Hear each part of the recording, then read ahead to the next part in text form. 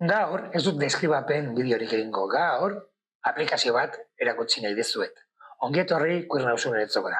Aplikazioa, hause, Alert Cops da. Lehen gara behin, inork ez dit ezertzori ordaindu.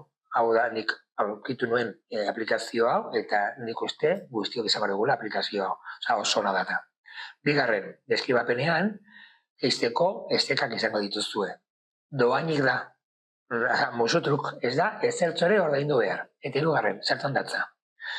Estatuko segurtasun indarren aplikazioa da. Hau da, Guardia Zibila eta Polizia Nazionala. Eta adibidez, zu basoaz kaletik, norbaitek zerbait egin nahi dizu, ez dakit, lapurtu. Orduan, aplikazioan sartu, eta geolokazitata dagoenez, ematen diozu lapurtu nahi dizutela, eta ikor bada, Hola, ematen diozu, eta zuzenean Guardia Zibilakin edo Polizia Nazionalekin harremanetan jartzen zela.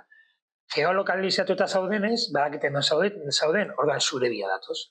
Hau da, oso ona, egia da, ertzaintza eta Mossos d'Esquadra eta Polizia Forala ez daudela. Baina gutxienez Guardia Zibila eta Polizia Nazionala bai. Hau da, gutxienez, pausu handi bat.